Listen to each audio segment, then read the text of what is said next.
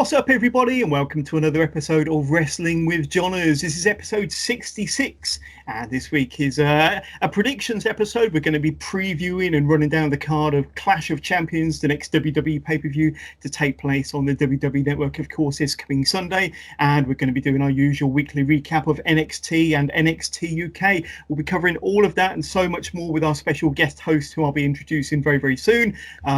First of all, as I like to do every single week, to throw out our social media plugs. So if you're on Twitter, go and follow us on Twitter at @withjohners_pod. On Instagram, just go and find us there at Wrestling with Johners. And of course, go and be a part of our ever popular interactive Facebook community page. Just go out and search Wrestling with Johners, and that's spelled JOHNERS. Of course, if you enjoy listening to this podcast, please don't forget to hit like, subscribe, share, and shout about the Wrestling with Johners podcast.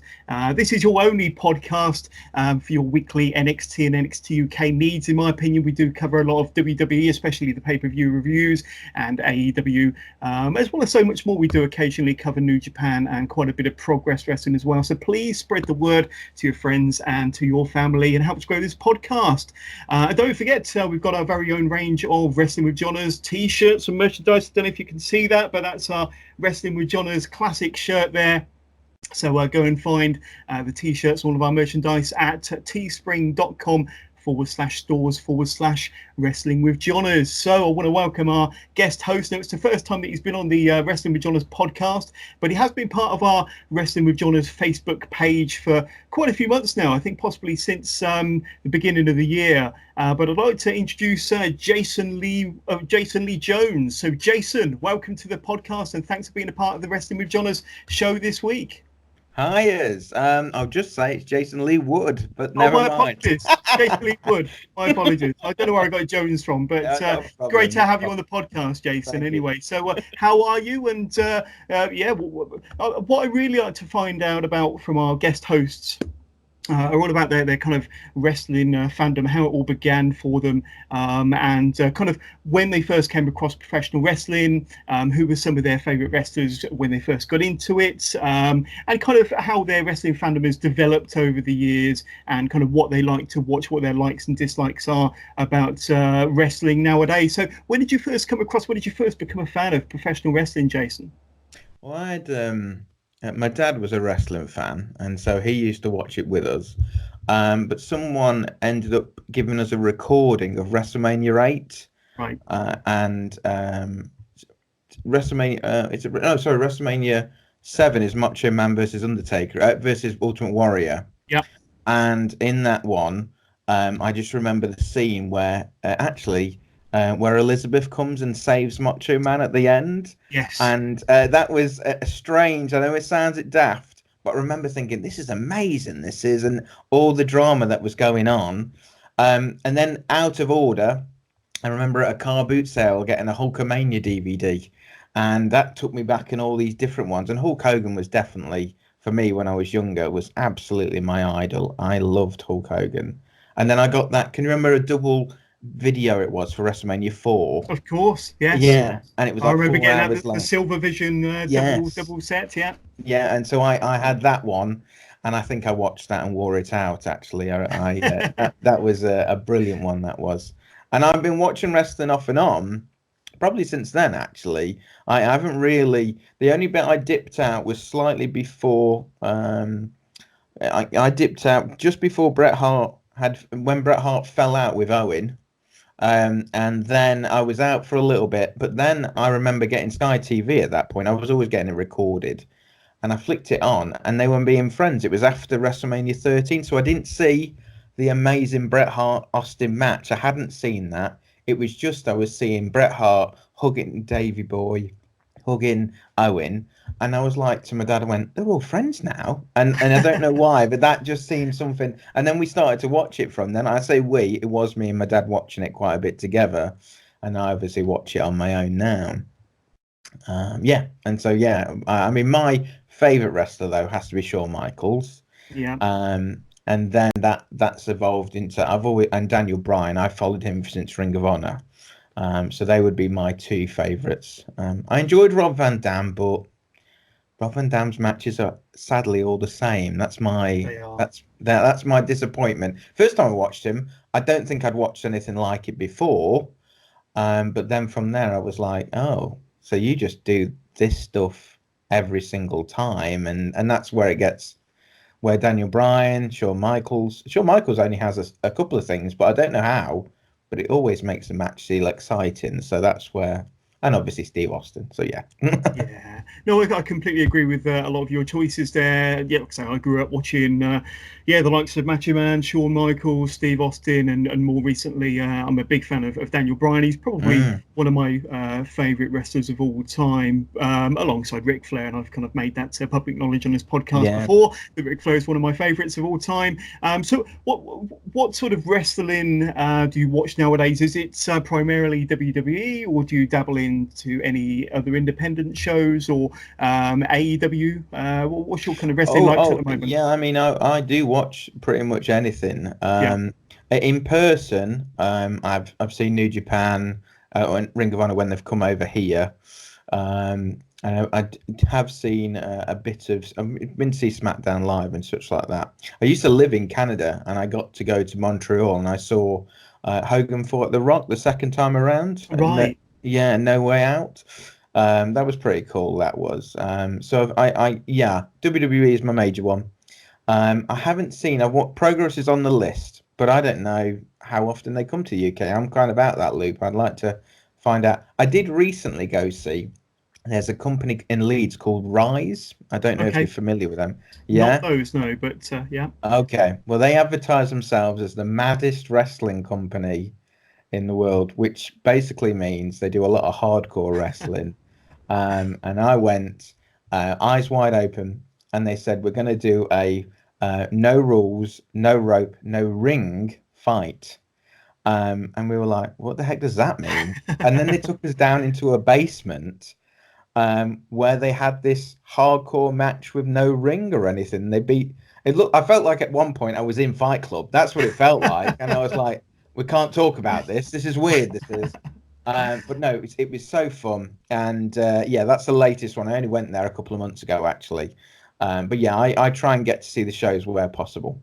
Yeah, I mean, just on the subject of Progress, I know they've got a couple of big shows this coming weekend. They are a UK-based company. They are predominantly around the London area. But I know they've got a couple of big shows this coming weekend. And one of our usual guest hosts, Kieran Reid, he'll be going down to see both day one and day two over the weekend and reporting back to us on a future episode of the podcast. But Jason, thank you for kind of giving us a bit of a lowdown on your wrestling fandom there. There we go. Should we go straight into some of our shows? And we're going to be looking at NXT UK first of all.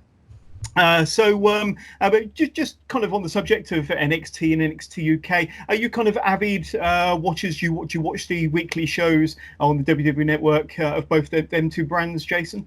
I'll be honest, I don't see the weekly. I'll flirt in if someone says there's a good fight to catch. Yeah. But I won't miss a takeover because, let's be honest, it's where the best wrestling happens. Absolutely. I mean, AEW has been good recently, but I mean, I think Takeover might be the most consistent show. Full stop. I think actually, they're always amazing, and including the Cardiff one, I was blown away by that. Yeah. So I would be someone who would watch it because somebody says you need to watch it. But I did watch these. Okay, I did watch these. There you go. Excellent. That's good to hear. That's good to hear. So this week's NXT UK, first of all. So this week's show starts with an appearance from Imperium. So Fabian Eichner, Marcel Bartel, Alexander Wolf, and the current reigning and defending UK champion Walter, of course. There's a loud Tyler Bates chants and boos for Imperium as Bartel tells us that their arrival in NXT UK was necessary. He tells us that our champions, just like our nation, is a symbol of weakness. Wolf is next on the mic to tell us that they are here to protect the honour of the mat and of their sports. And then Walter grabs the mic next to tell us that he's disposed of Tyler Bates and that they, as a group, have disposed of British Strong Style, and that there is no one to step up to this group of supreme athletes, and that you will all need to accept that they are your future and that this is the era of Imperium. And then we get a tag team comprised of Danny Jones and Harry Green, two local South Wales wrestlers, I understand. And I've seen Harry Green wrestle on a Progress show as Beano. So they're set to take on Fabian Eichner and Marcel Bartel, who of course are already in the ring. So just a couple of highlights from this match. Bartel beats down Jones in the corner. That might be where I got Jones from earlier on, actually. But didn't appear in this fight. Yeah, that's right. So Bartel beats down Jones in the corner, followed by a butterfly suplex and a running soccer kick, with Wolf and Walter watching from the outside, of course. Eichner launches Jones across the ring, allowing him to tag in his partner Green, only for Green to be driven into the mat with a wheelbarrow DDT combo from Bartel and Eichner. Eichner and Bartel get the easy win from a flying forearm powerbomb combo, proving their dominance to kick off this week's episode of NXT UK. However, Walter wants to teach Green a lesson with a massive clothesline as Nigel McGuinness asks who can stop Imperium. So, Jason, who indeed can stop Imperium, and who might be the next NXT UK, or dare I say it, WWE superstar, to be a worthy challenger to Walter's championship. So tell us what you thought about this very brief squash match, but also about Imperium and who might challenge Walter, if anybody. I'm mega high on Imperium. I mean, music. Whenever I can't tell if people are singing or humming along. I didn't know if they're making words, but I love that idea. The stance, the look. I was going to ask you: did Alexander Wolf used to cut? Did he cut promos when he was in Sanity? Not that I remember. That's what I thought was new to the thing as well. That he cuts a promo. Yeah. I thought that was really cool. And I mean, the wrestling was spot on, wasn't it? I mean, they did a cool move. Where they hung him upside down, and then they did a drop kick over the top rope. I remember seeing this like combo move. It looked great. And they also, to help him tag the guy, he just body slammed him into the corner to throw him at the other person. That the look is great. If I wanted to say who I want to fight Walter, and who I don't think it's going to happen, but I'd love Cesaro to fight Walter. That would be up there for me. I don't know from their roster, unless they're delaying massive. That would be my. That would be where I think. Well, I don't know over their big stars really. He's got Dave Mastiff in one of their later one. I don't know.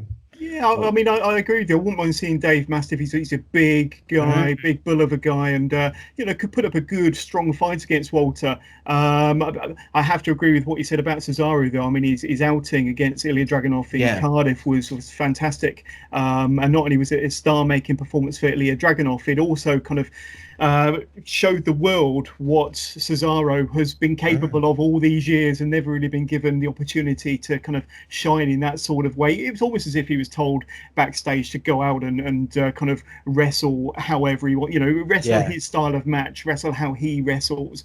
And there's been a lot of other podcasts and wrestling sites out there championing Cesaro as a possible challenger for Walter. He's got his duck in NXT UK on a takeover, so why not give him another shot? And if you think about the roster, Walter's already gone through Pete Dunne in New York, of course, Trent Seven at the Download tapings, more recently Tyler Bates in Cardiff. So he has also beaten Jordan Devlin, who would be another strong contender, and I wouldn't mind seeing those two go at it. Jordan Devlin is a big favourite of mine, but I think a lot of us are keeping our fingers crossed that we might get another appearance from Cesaro.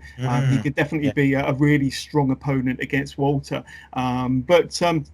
Then we get Sid Scala backstage, and he tells us that he is still the assistant to the NXT UK general manager Johnny Saint, but he's been told by Johnny that he will be in a rematch against Cassius Ohno. Sid tells us that rematch will take place next week on NXT UK, and it'll be the first of a different type of match in NXT UK, the first of a British rounds contest, and that he will be ready this time, so it won't be any kind of last minute ripping his shirt off of as he runs to the ring like he did in Cardiff. So in this week's episode, they also explained the rules of British rounds.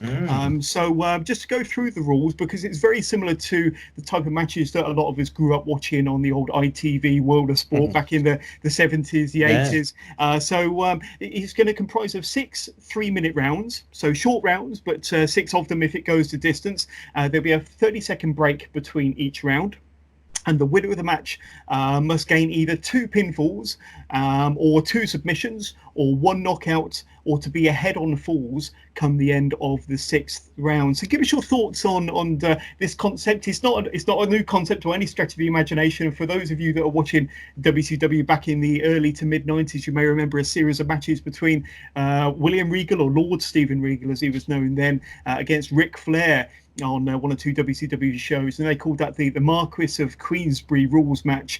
Obviously a take on the old ITV World of Sport formats. But what's your thoughts on this new kind of British rounds rules that's going to be making its appearance on NXT UK from next week, Jason? It sounds fun. I mean, not exactly the same, but I used to remember the Pure title from Ring of Honor. Yeah. The Pure Wrestling, and that had separate rules about rope breaks and how many you could use them. And then Nigel McGuinness made that his own thing, didn't he? So it sounds exciting. I guess I was just doing a bit of maths in my head, though. 6 rounds at 3 minutes. So you were saying, what, 18 minutes? And then there was going to be breaks in between the rounds. Is that so? So there's going to be a 30-second break between each round. So every 3 minutes, provided the match hasn't ended, there'll be a 30-second break. So that's going to be a 20 plus minute match, isn't it? 21 minutes. Okay. If it goes the distance. So if it goes the distance, is it a draw then? I would imagine so, unless somebody's got more falls than the other person come the end of the 6th round. So there could be a few draws, but it could essentially be seen as a bit of an Iron Man match as well, with the person having the most amount of falls or submissions at the end of the 6th round. But remember, they only have to get 2 pinfalls or 2 submissions to win the match outright, regardless of what round they're in anyway. So I'm sure it'll all become clear. But it's a little bit of a mind boggler at this stage, but it'll all become clear next week.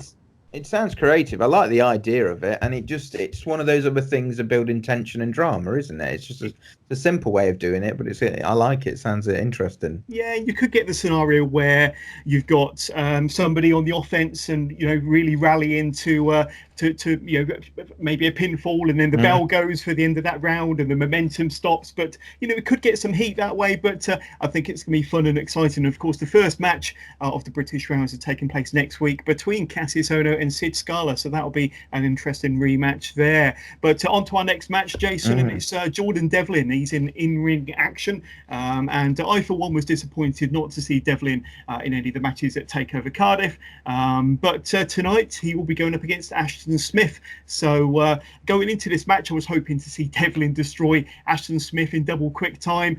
Smith definitely had the size and the strength advantage, taking the match to Devlin in the early few minutes of this match.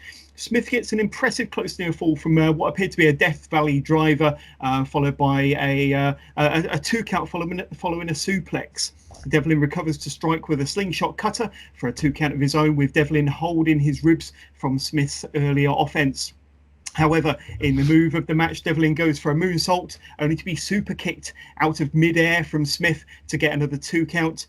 Devlin makes a brilliant comeback with a Spanish fly from out of nowhere before hitting his Devlin side suplex for the eventual 1-2-3. And I have to agree with Nigel McGuinness, who's on commentary, that this was the best outing so far for Ashton Smith. But he still wasn't enough to beat the Irish Ace. So, as I said earlier, I'm a massive fan of Jordan Devlin. Really pleased that he won the match overall, but Ashton did put in quite a bit of offense and a good showing for himself. What was your thoughts on this match, Jason?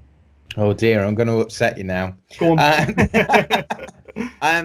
I thought to the point where Ashton came off better. That's what I kind of felt like. I mean, I know I was listening to someone saying NXT matches, the loser comes off well. But I thought Devlin should have taken care of this guy maybe a little bit easier than he did. That was the way it looked, because I just thought the other chap looked really cool. He had some nice tattoos. He had a good little chant where the fans were going with him. That's right. He had I don't know what chant he was doing, but he was doing something. And he had a wicked knee that he did to him in the corner. And I think that Death Valley driver, or was it looked like an Olympic slam. It was a cool looking move that he did. But the only thing I was wondering is they kept on calling him lanky. I didn't think Devlin was that much smaller than him. He's a bit of an odd looking chap, and he's about 2/3 ahead. But he's that was the only thing I thought was if you were trying to position him, because I mean, well, he's the next singles chap, isn't he? Is he at some point going to be fighting Walter? Maybe. If so, and maybe would have just given him a bit more of a, made him look a little bit better. I mean, he helped the other chap, but I just thought he could have made it. It made him look as not as, yeah, I don't know. So Yeah, yeah, it's no, I that's know what you mean. yeah, It was a very good match from Ashton yeah. Smith, and to be honest with you, he could have pulled off an upset victory, and I think that would have been equally as good an Mm, outcome. To be honest with you, it would have been equally as good an outcome as a Jordan Devlin win. But obviously, Jordan Devlin is one of their golden boys yeah. on the NXT UK roster, so it was almost inevitable that he was going to get the win. But I think Yeah. he was pushed harder than a lot of opponents have given him, a Mm. match for his money in recent months. But yeah, I think because of that, really good performance from Smith. We'll probably see a lot more of him on future episodes. But then we get to Radzi backstage, and he was meant to be interviewing former NXT UK Women's Champion Tony Storm, only for Miss Storm to be mysteriously absent for this interview. However, Radzi is joined by Nina Samuels, who tells us that what we need to be concerning ourselves with is the future, and that the future of the NXT UK Women's Division is, of course, the Nina Samuels show. There's been plenty of rumours of Tony Storm being done with NXT UK, Jason, and that she could be heading stateside to be part of NXT proper, as it's just in time for the Black and Gold brand to go live on the USA Network. So, give us your thoughts on Tony Storm. Was you kind of, ever a fan of Tony Storm? Did you like? I know that there's a lot of mixed views on Tony Storm. There's many out there that think that she looks great, but she's not very good on the microphone, and kind of a lot of mixed reviews on her wrestling performance. But then there's others that adore her, think that she's fantastic. She's won so many championships around the world, in the UK, across Europe, and in Japan, of course. But do you think that if she does end up on the NXT brand, that she's going to make a splash stateside, Jason? Yes, I do. I mean, I saw she was in the first Mae Young, wasn't she, It's in the actually? first and the Uh, second one, yeah. yeah, and I mean, I thought she had a cool looking look. I mean, because she's got that kind of a, I don't know, like the paint is kind of American football style, really, isn't it? I mean, Yeah. I mean, I thought she had a great move set. I mean, promos, well, okay, but then just before, you might not have caught it, but on YouTube there was an interview before the Evolution pay-per-view, Right. and she was out of character, and she was talking to Trisha, Trish, not Trisha, that's somebody else, Trish Stratus, Yeah. and a few others, and she just came across as adorable. But I mean, that's sort of, she just came across as such a nice person, and I think her wrestling's great. The Takeover latest one was probably her. Yeah, maybe not her best performance so far, and I've seen her do better. Yeah. Coming across, the only thought is, with Rhea Ripley also coming across, what's that going to be like with the two of them both debuting? Because I think Rhea Ripley's just a star. I'm a mega fan of her, so I think Tony Storm's good. I'm not sure where you kind of put her in this, because she's definitely a babyface in it, but I don't know.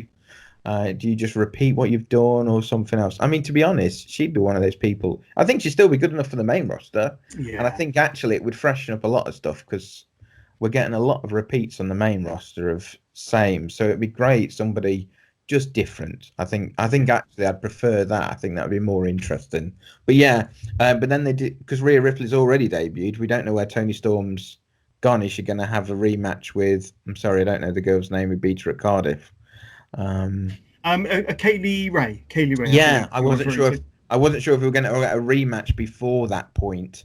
I mean, because they said that she was crying and she'd got into her head and all those different bits and bobs, but it wasn't her best performance. But no, I No. really rate Tony Storm. I do. I think she's very good. Yeah, no, I like Toni Storm. I think, she's still very young. I think she's only in her early 20s, 23, Right. 24. So you think how good she's going to be, if she's that good now, how good she's going to be in 3, 4, 5 years' time. Her promo work and her wrestling ability is only going to get better. And I have to agree with what you said that, maybe she should bypass NXT and go straight to the main roster to freshen things up. We are seeing a lot of repeat matches and a lot of repeat combos of matches with the Baileys and the Charlottes and the Sasha Banks and the Becky Lynches of this world all seem to be intertwining in each other's matches month after month. But I'm pleased that Toni is possibly moving to stateside. I think that's kind of the rumor, certainly by her recent absence and loss at TakeOver.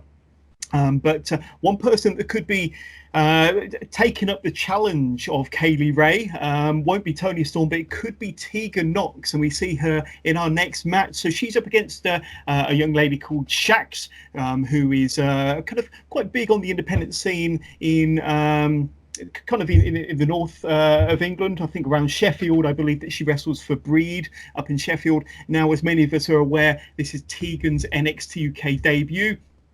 But she has been seen on WWE TV before. She has been under the WWE umbrella for the last couple of years, and she was meant to be part of the first ever Mae Young Classic in 2017, but had to be pulled before the tournament tapings due to a serious injury. The first time we actually saw Nox in the ring was the following year's Mae Young Classic in October 2018, so last October. But Tegan lost to Rhea Ripley in the quarterfinals of that tournament after suffering another serious knee injury during that match. Now, Tegan has been back wrestling since a recent return for the last couple of months, mostly wrestling for NXT on the Florida loop.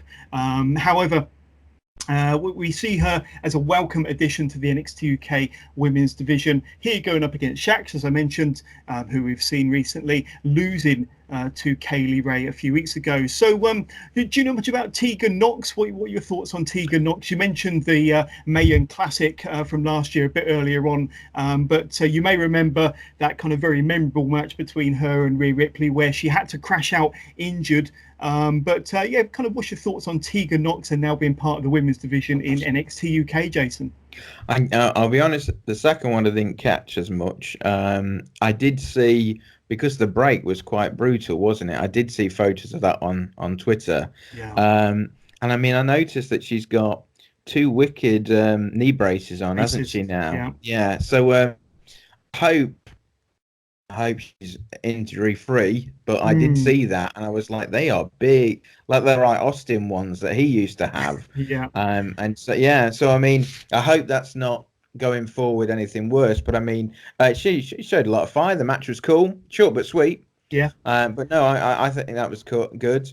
The other girl seemed interesting as well. I don't know much about her. Sax, is that a cat? Shax, but she's Shax, got some kind of like a witch gimmick. Little goth gimmick, wasn't it? Yeah, but I mean, the match was short and sweet, and at the very start of the match, Shax started the match with a slap to the face of her opponent, but Tegan isn't going to be embarrassed in front of her fellow countrymen, responding quickly with a fall-away slam and the shiniest of wizards, hook in the leg, getting the pinfall victory in less than 30 seconds. So this was one of those blink and you miss it sort of matches, Jason, with Tegan Nox, not wanting to risk any other sort of injury, finishing the match in super impressive fashion. So maybe that's going to be her thing, is getting the matches done and dusted in super quick time so that she doesn't risk any further injury. But I have to kind of echo your sentiments on the leg braces, and she was wearing just one single leg brace, I believe, when we saw her in last year's Mae Young Classic. Now I think she's got a leg brace on both legs,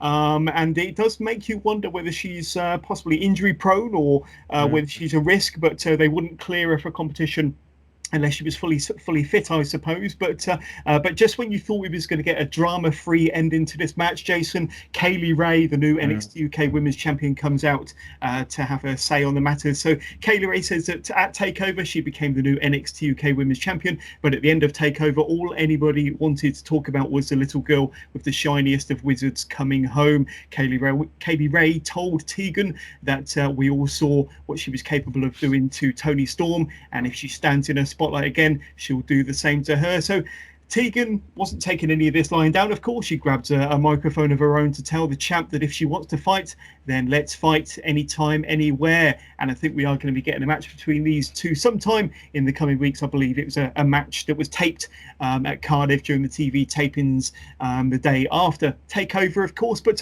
what was your thoughts on this kind of match and this segment? Like I say, it's a short and sweet match, and then you had the exchange between Kaylee Ray and Tegan Nox afterwards.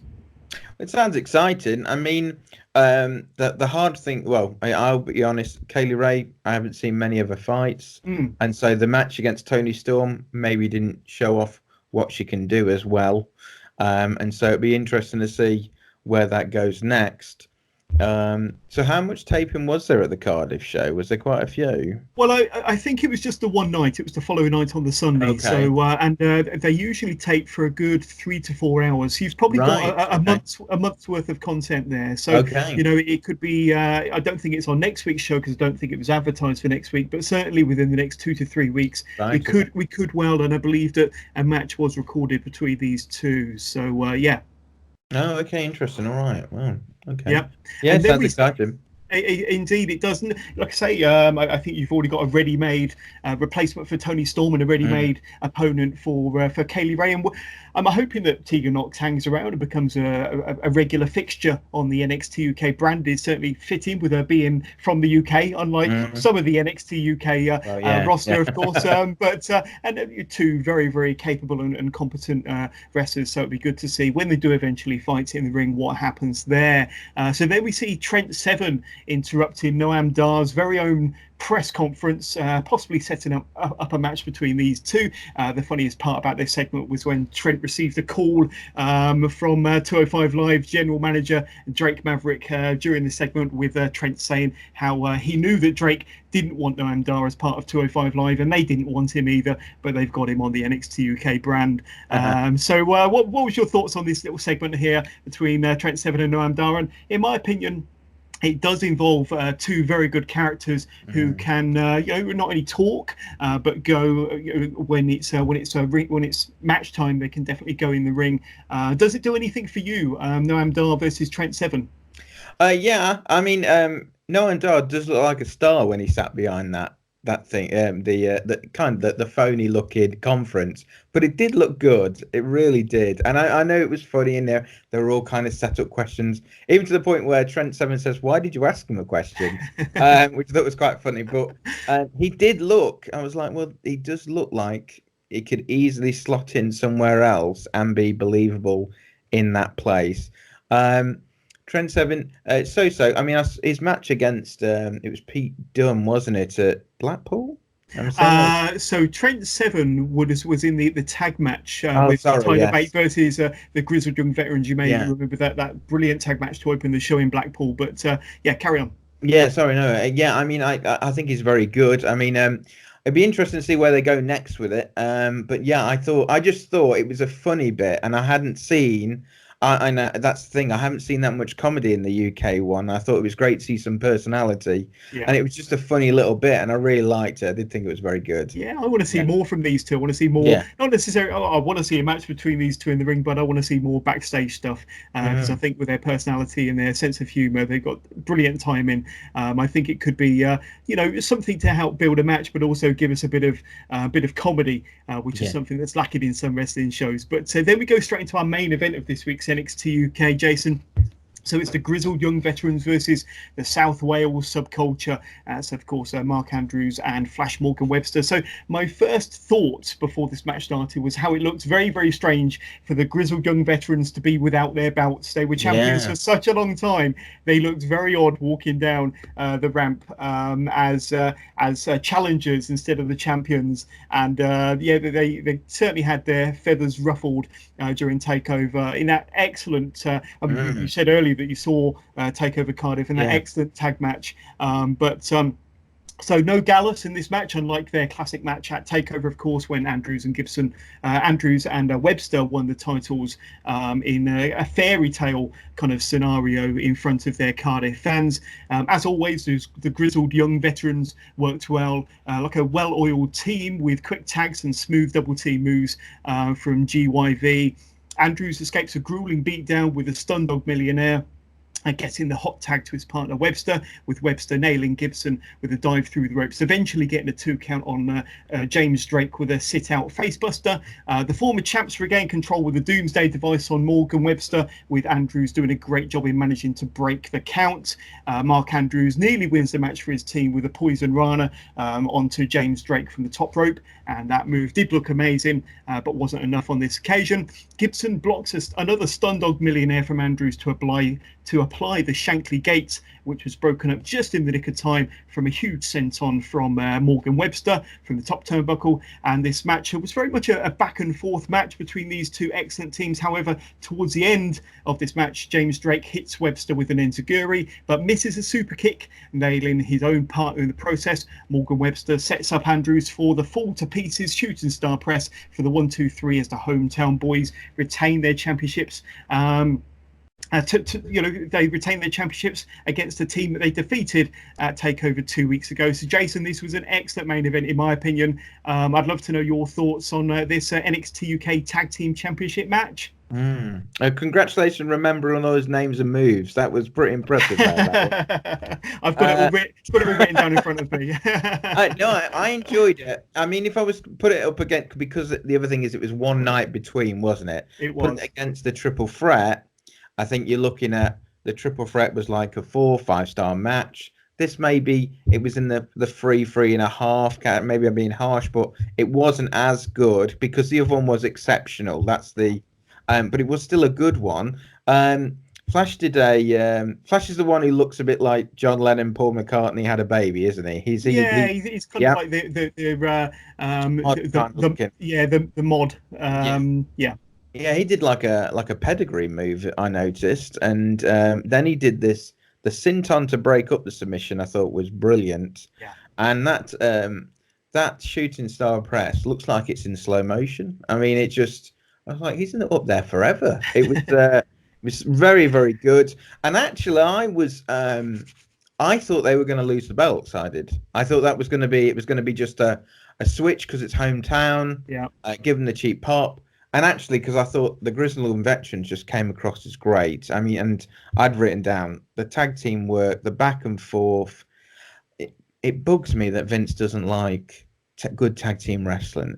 I just can't see how, when you see all this distracting the ref and tagging in and out, all that type of stuff, it's just so, I don't know, it's just so engaging. I love it. And I just don't understand.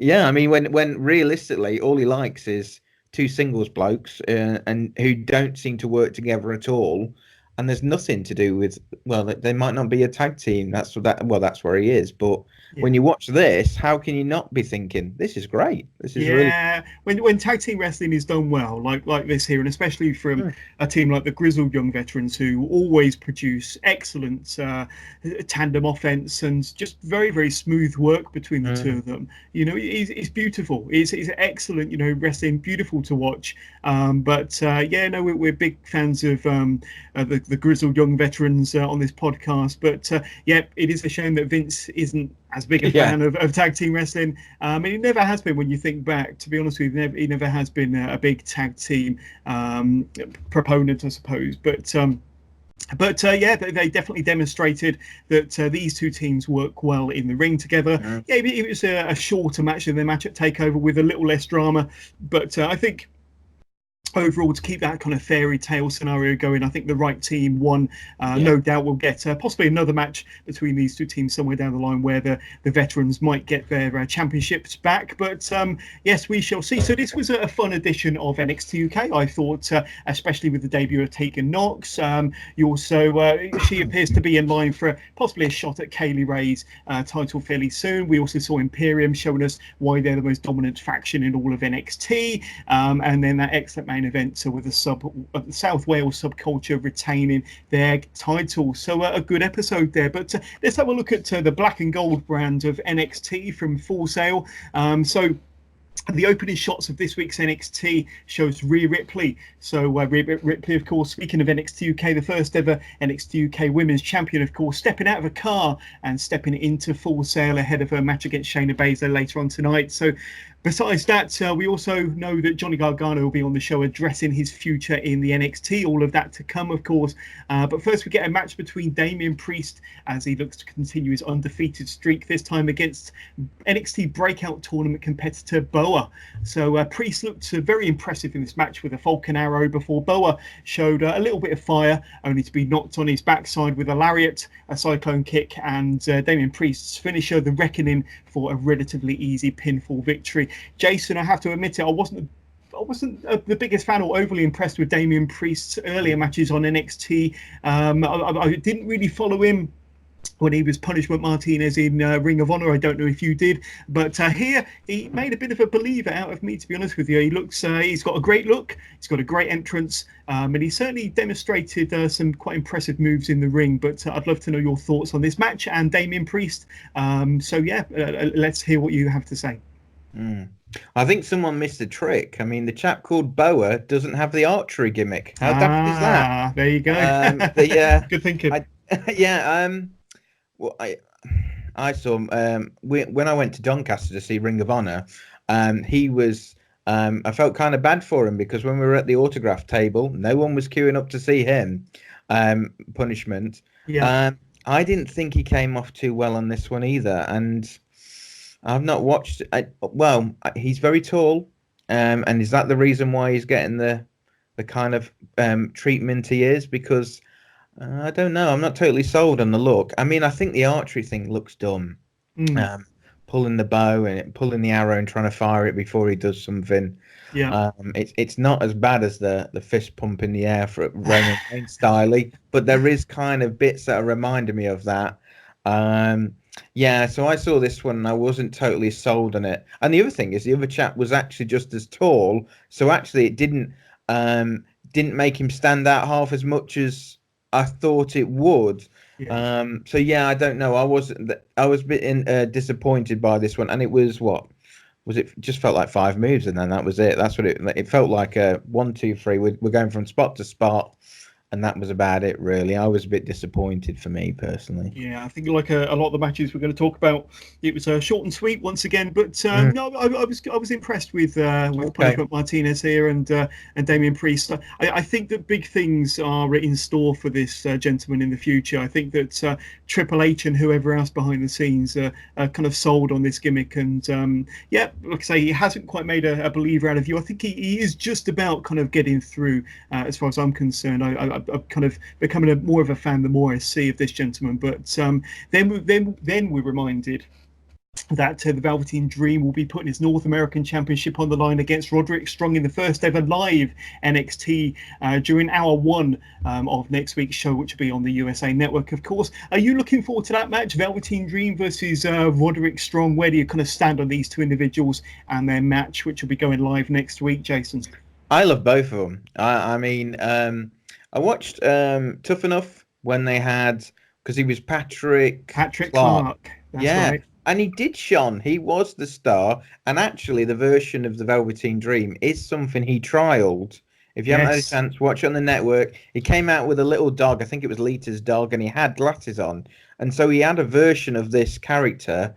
And he was the best out of the bunch. But because it's a reality show and pretty fixed, so because of that, then he ended up being eliminated. But it was very obvious that he was one of the best of the bunch. Then Roderick Strong, watched him in Ring of Honor for ages and always knew he was super talented, the Messiah of the Backbreaker and all that cool stuff. So, I listen to what you said about setting the guy's sofa on fire is the worst thing you could do. It did make me chuckle. I was like, that is a weird reason to fight someone. But yeah, okay. I mean, no, I'm definitely looking forward to it. I think Patrick Clark, Velveteen Dream, he can just pull a good match out of anybody. I think he just has a style. He's just very adaptable. I don't think I could instantly see. He's got a couple of his own moves, but he just works well with people. I think he's very, very talented. Yeah. I just worry if he was going to the main roster. I just think I could see Vince just looking at him so perplexed, like, so this guy looks metrosexual? Is he Prince? I don't really understand it. yeah, that's my only concern. I could see Vince just not having a clue what to do with, because I think Velveteen Dream is great. I really do like him. I think he's going to be. Well, I personally, I'm hoping, but I think the Velveteen Dream has got the look and the gimmick that Vince McMahon will love. I mean, if you think back to some of the wrestlers that McMahon's pushed over the years, he's obviously Dream's a combination of match. Rude, and you know, all them wonderful kind of flamboyant characters from over the years. So I think he's got the look and the gimmick that Vince is going to like. Okay. I personally hope that he doesn't turn him into a comedy character though, which wrestlers similar to the Dream over the years have been treated as more of a comedy actors instead of letting them kind of portray their gimmick, but also be allowed to kind of wrestle in the ring, because not only does he look great and he has a fantastic personality, he's amazing in the ring, as you've alluded to. So yes, I've also got my fingers crossed, but I've got my fingers crossed for every single NXT superstar that goes up onto the main roster. And I think that because the 99% of them always fall by the wayside. But I think with NXT going live on the USA Network, I think that it's going to give them that bigger platform that almost kind of gives NXT kind of an equal footing to, you know, in comparison to a SmackDown or Raw, in my opinion. And I think, you know, it won't necessarily be a promotion when they go on to Raw or SmackDown. It will be seen as maybe a sideways move or maybe a step down. But I think that going live will actually kind of elevate everybody and elevate the image of NXT. So I think Velveteen Dream, he will have a good platform on the main roster eventually, but I think he's going to have an excellent platform on NXT going forward. But then the fan. Sorry, who do you think's going over then? Who do you think's winning that match? Oh, wow. I personally hope that the Velveteen Dream keeps the belt. I'm not the biggest fan of Roderick Strong. I like the Undisputed Era. I do like Roddy Strong, but personally, I'm a big Velveteen Dream fan. So I'd rather the belt stays with him. However, you've got to remember that it's an opportunity for the Undisputed Era to fulfill their undisputed prophecy and have all the gold. So it wouldn't surprise me if Roddy Strong kind of takes the gold, possibly with some antics from Adam Cole and O'Reilly and Fish, possibly on the outside, to make sure that Roddy Strong gets the gold by hook or by crook. But it'll be a good match. And that's going to headline, I think, hour 1 next week on the USA Network, before we have to flick the channel back over to the WWE Network to see hour 2, of course, but we'll talk more about that a bit later on. Sorry. But no, that's fine. This is why you're on the show, Jason. This is just as much your episode today as it is anybody else's. So back inside, the fans inside the Full Sail Arena are greeted by an appearance of Johnny Gargano to address his future on NXT. Johnny is overwhelmed by the fantastic response from the fans here, as a Johnny wrestling chant seemed to go on for a good 2 or 3 minutes. It was quite an amazing chant there, and he seemed quite overwhelmed by the chanting there. Johnny says that he has heard all of the rumours and read all of the reports, and everyone has asked him what the future holds for Johnny Gargano. I'm having trouble saying Gargano tonight, not sure why. Johnny says that he absolutely loves everything about NXT, and he loves putting on the best professional wrestling show the world has to offer. So I've noticed one thing before I carry on, Jason. The WWE are using the word professional wrestling and wrestling a lot more over recent weeks. I don't know if you've caught much of it on Raw, SmackDown or NXT, but they're using professional wrestling and the words wrestling instead of sports entertainment a lot more than they ever used to. Have you noticed that? Not on. Well, I mean, maybe not on SmackDown, on Raw. I mean, 205 Live and NXT and NXT UK. I mean, that's definite part of the package. I don't think I've seen it as much on Raw or SmackDown. I know Seth Rollins is using the term professional wrestling a lot more. So because I think of that Twitter spat he had with Will Ospreay a few weeks ago, I think he wants. How big's my wallet? You're an idiot. Yeah, exactly. But back to the show. Johnny says that he has made his choice and the fans have had his back since day one, and that he is officially ... He gets interrupted before he can say any more by the music of Shane Thorne, who steps into the ring to tell Johnny that this place is going to be just fine without him, and with the right person finally in the spotlight, it's going to be even better, referring to himself there, I'm sure. Thorne tells Johnny to take a bow and to take a walk. However, Johnny tells Thorne that he ain't going anywhere before laying Thorne out with a super kick. So it looks like Johnny Gargano has his next feud possibly lined up in the shape of Shane Thorne here, to give Thorne a little bit of the rub, being in the ring, of course, with Mr. Gargano, Johnny Wrestling. This isn't a match that excites me that much, if I'm honest. I can't wait to see what they're going to do with Shane Thorne. It's obviously they've got bigger things in store for Shane Thorne in the future, but this must be kind of an opportunity to give Shane Thorne a little bit of a Johnny Gargano rub, and to see if that kind of elevates him somewhat. But they must obviously see a star in Shane Thorne. He's very good in the ring, but obviously, like a lot of wrestlers that are in NXT, they need a bit of work on their kind of character, their personality, their mic work. But what was your thoughts on this segment here involving Johnny Gargano, the fans, and Shane Thorne, of course? Well, I timed it. It was 4.5 minutes. Wow. I went back and double checked. I was like, man, this is going on ages. I wasn't sure if it was as loud as he allowed it to be. I was like, come on, you are milking this a smidge. But no, it was very good. They were obviously quite chuffed with him. The other chap, okay, fine. Sorry, what's his name?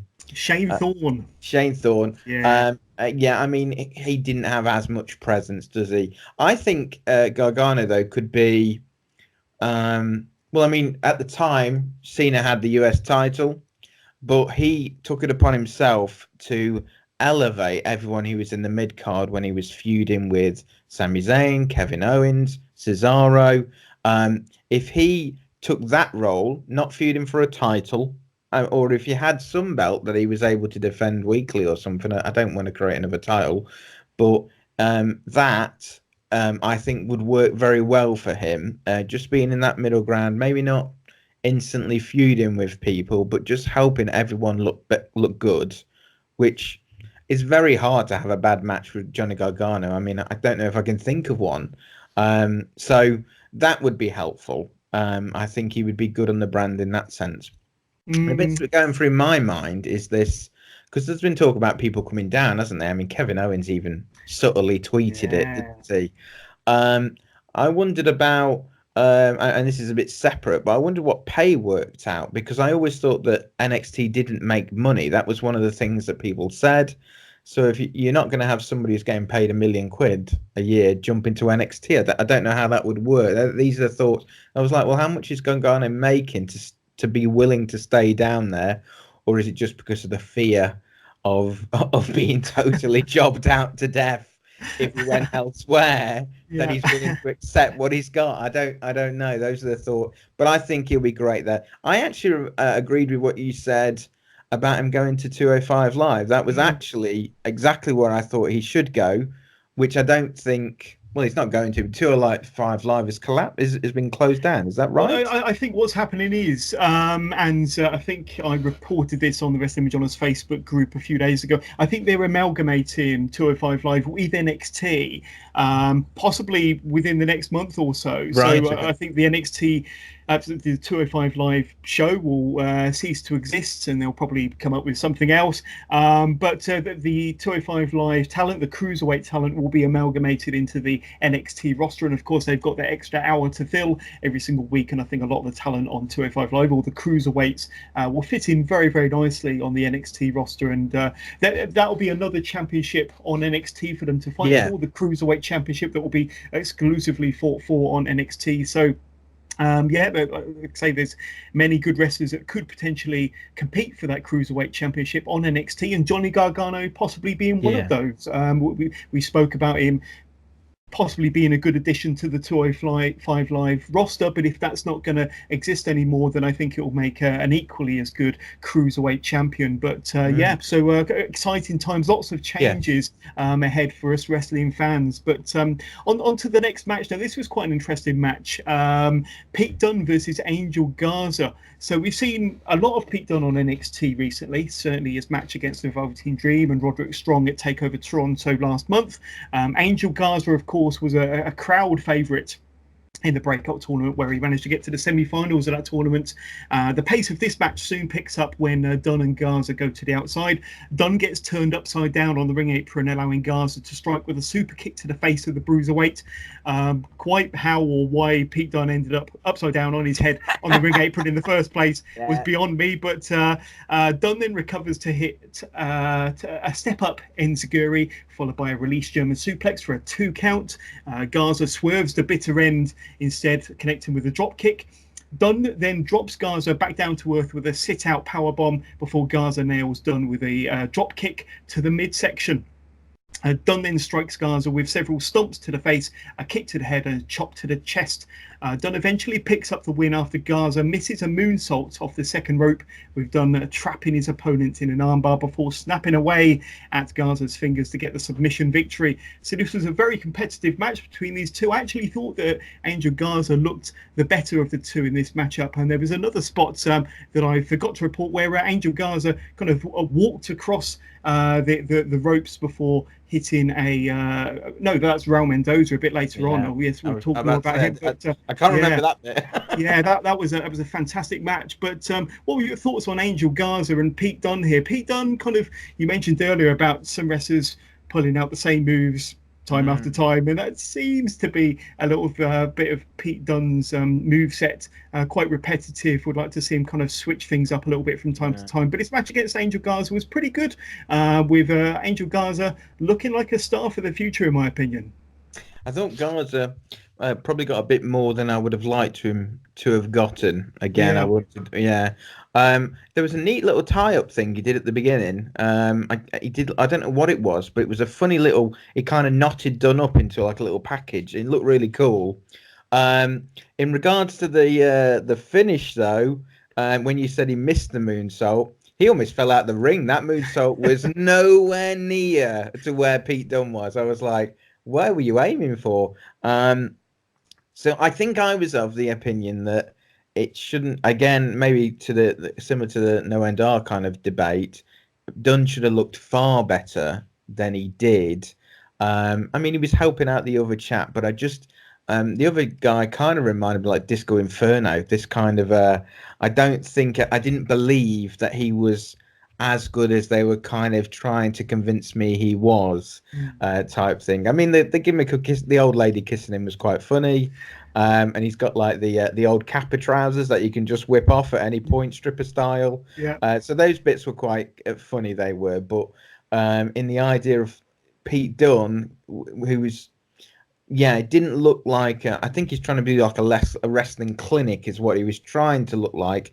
It just didn't flow as well. I didn't think he looked like the ring general that I feel like he should be. And I don't know. That's where I wasn't sure if it was as good a match, because I was like, I've seen you work well with good people, Velveteen Dream, Volta, etc., etc. How are you working with someone who's obviously not at your level? And I wasn't totally sold on this. That's where I was coming from at this point. But yeah, I mean, he still does his typical moves. His version of Daniel Bryan's run up the rope, flip off, because Daniel Bryan's a big hero. He's a big fan of Daniel Bryan. He did that a bit short. I thought he was actually going to miss the rope at one point. Yes. He looked like he slipped on the top turnbuckle. Yeah. I was quite concerned for a moment, but he did make it. But yeah, I think he's very good. But I just thought, I've seen you wrestle guys who are very, and Roderick Strong as well. That's another person who comes to mind. I just wonder if he needs a little bit more of helping. I don't know. He just needs to improve more, doesn't he? But then again, he's younger too, isn't he? They're all quite young. Exactly. Yeah, like I say, I personally I thought that Angel Garza kind of shone a little bit better. Maybe he's kind of a bit more of a fresher talent, a newer moveset, a newer gimmick, a bit more interesting, a bit more exciting. Don't get me wrong, we're massive Pete Dunne fans on this podcast, but yes, like I say, a bit of a strange match for me, but he got the win nevertheless. The Bruiserweight got the win nevertheless. Then we get a promo from the Street Profits, who look as though they'll be back challenging for the NXT Tag Gold on a live NXT pretty soon. So we thought they were done with NXT. We thought that they were kind of permanent additions to the main roster. Monday Night Raw, but no, it looks like they hinted towards possibly coming back for a rematch for the NXT Tag Gold pretty soon, so we'll wait and see what happens there. And then on to the match featuring Raul Mendoza and Cameron Grimes. So now I've been waxing lyrical about Cameron Grimes now on the Facebook group for a while. I put out a post last week or so preaching that he could be the one to go the furthest out of all the NXT Breakout Tournament competitors. And here we see Grimes' kind of NXT debut outside of the Breakout Tournament, of course. Mendoza was quite impressive in this match with that impressive rope walk across the ropes that I alluded to earlier, coming off with the drop kick hitting before hitting a running shooting star press for a 2 count. Mendoza misses a Phoenix splash, allowing Grimes to deliver his jumping double foot stomp, hooking the leg, getting the 3 count, and a good win for Cameron Grimes. So another one of these, blink and you miss it, short and sweet matches, and another fairly new fresh face to our NXT TV screens on display here in the shape of Cameron Grimes, the former Trevor Lee, who you kind of may have seen at some indie show or possibly on the TV. I'm not sure whether he had much of a run in Ring of Honor or other indie promotions across the States, but have you had much exposure of Cameron Grimes or Trevor Lee in the past? And what did you think of this match against Raul Mendoza, Jason? I liked the match. I hadn't, so I did have a look because I thought visually he's got a cool look, hasn't he? That hat's quite fun as well. Yeah. And I really liked it. The rope bit was the bit I took a note of. I think Grand Metalik did one just against Rey Mysterio earlier this week. Yeah. But so natural, that chap walking on the rope. It was like he didn't even give it a second thought at what he was doing. I was like, that's a really impressive thing that you're doing there. And he just just skipped along. I like the cool move, the stomp on the chest. I guess then with that, I'd like Kofi Kingston to stop using it as just a move he uses in his arsenal. If someone's using it as a finisher, I'd rather it's not just part of your repertoire kind of thing. But no, I thought it was good. I feel like that chap's been an Impact as well, as I remember, as Trevor Lee. Correct. Yeah. But no, I thought. Because I was listening to another podcast and they weren't too keen on him. But I would agree with you. Kind of a grizzled, kind of rough, kind of around the edges look. I really liked him, and the hat just made me laugh. I just thought it was great. No, I really be interested in what you say about. So, do you mean outside of NXT, as in Raw and SmackDown? You think he could go all that way? Is that what you're getting at? What, Cameron Grimes? Yeah. Well, potentially it could be a breakout star on one of the other brands, but I think he's got a long future ahead of him on the NXT brand. Okay. So outside of the breakout tournament, I think I was referring to. Okay. But no, that's fine. But so this was his kind of, I believe, his official NXT debut outside of that tournament that he took part in, of course, which was won by Jordan Miles. But I have to agree with you again. His look, he's got a unique look. I think the hat is the star performer of that overall makeup, and I think he can deliver on the mic, and I think he's very capable in the ring. So another interesting newcomer to keep our eyes on in the future there.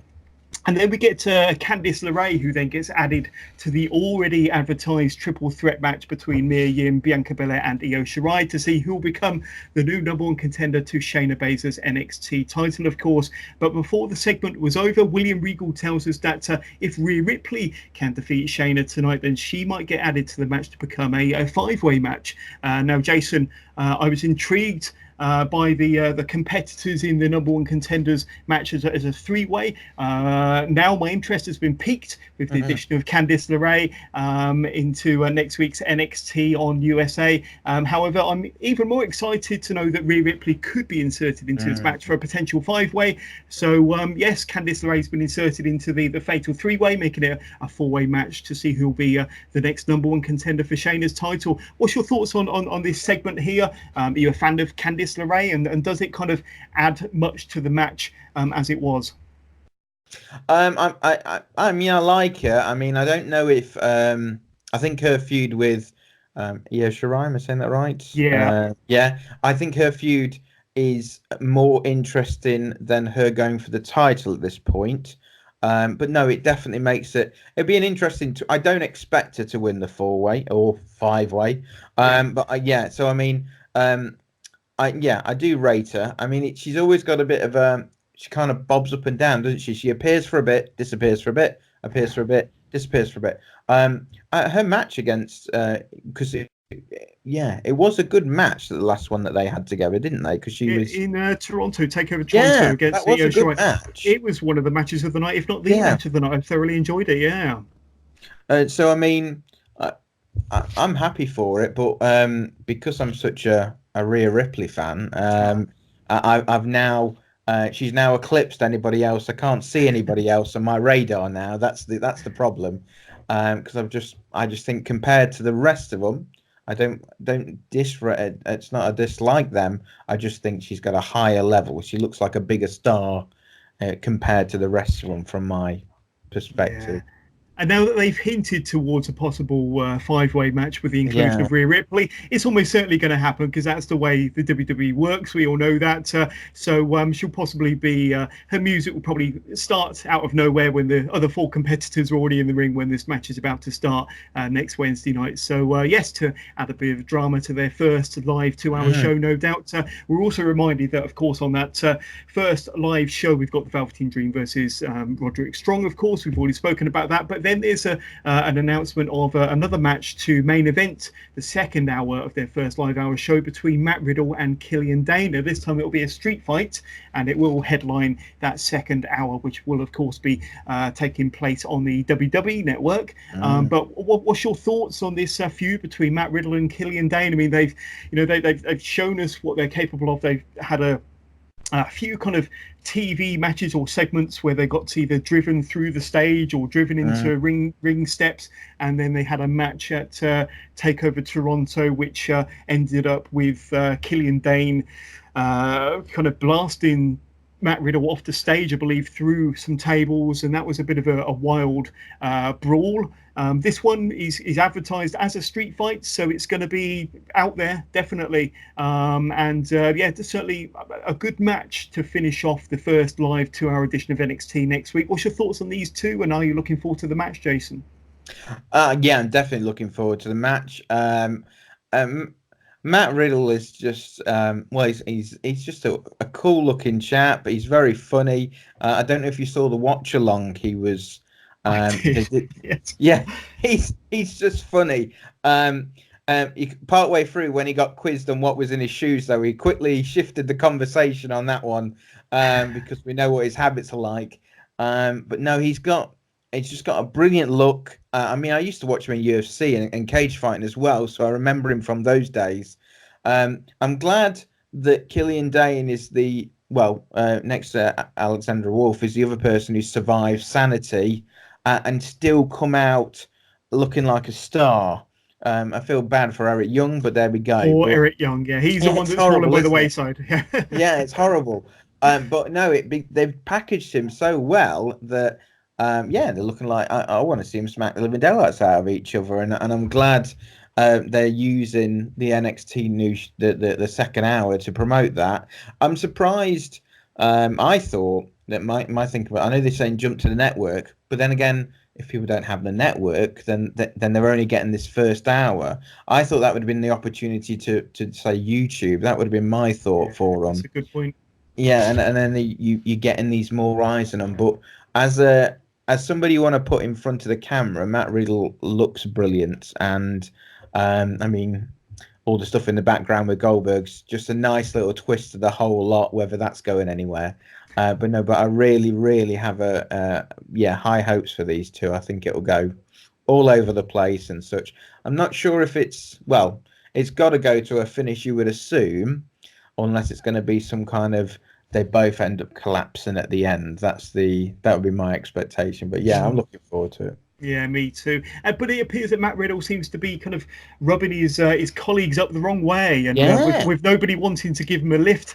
Tommaso Ciampa coming up with some choice words on his official WWE Twitter account, and maybe Matt Riddle's been too outspoken about one or two wrestlers. Goldberg in particular comes to mind, and maybe he's just not very popular in the locker room. But yes, that's very interesting in itself. But let's have a look at the main event of this week's NXT.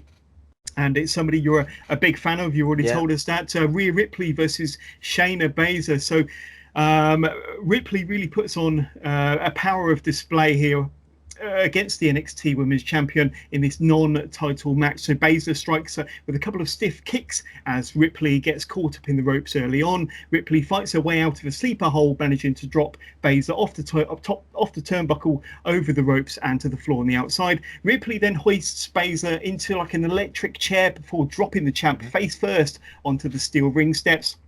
However, just as Ripley is about to capitalise, the other members of the Horsewomen appear at ringside to distract Rhea Ripley from the task at hand.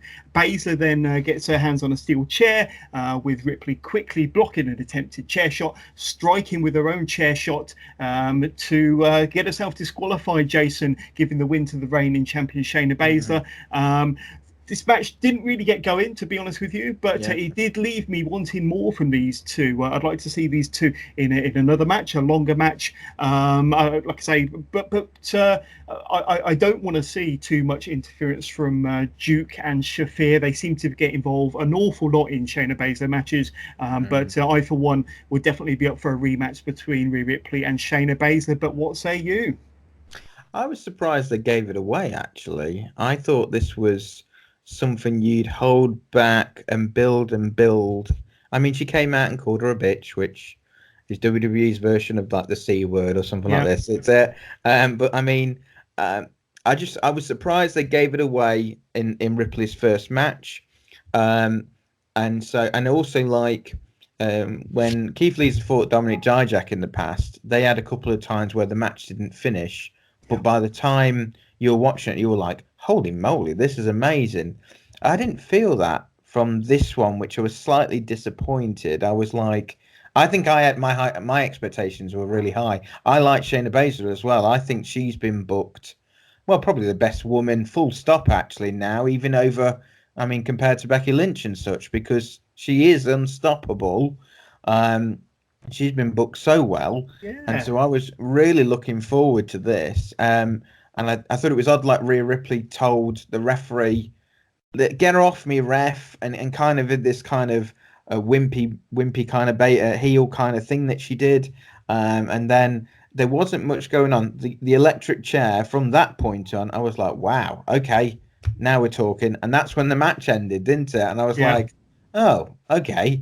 So yes, absolutely, I want to see more of it. But I was surprised at the power moves, and I got that type of stuff from there. And so I could see where they were going, but I was surprised it wasn't as good as I thought it was going to be. In fact, I saw Rhea Ripley's match with Viper, and I thought that was a bit more scruffy than I thought it was going to be as well. True.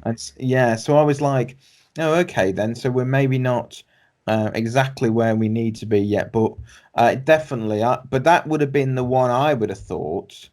I mean, you could have held that off to a takeover show, and if you'd have built it right, it could have been the main event of a takeover show, because I think they've got that kind of star power between them. But yeah, so we've seen a little bit of it, and I was just slightly disappointed by it.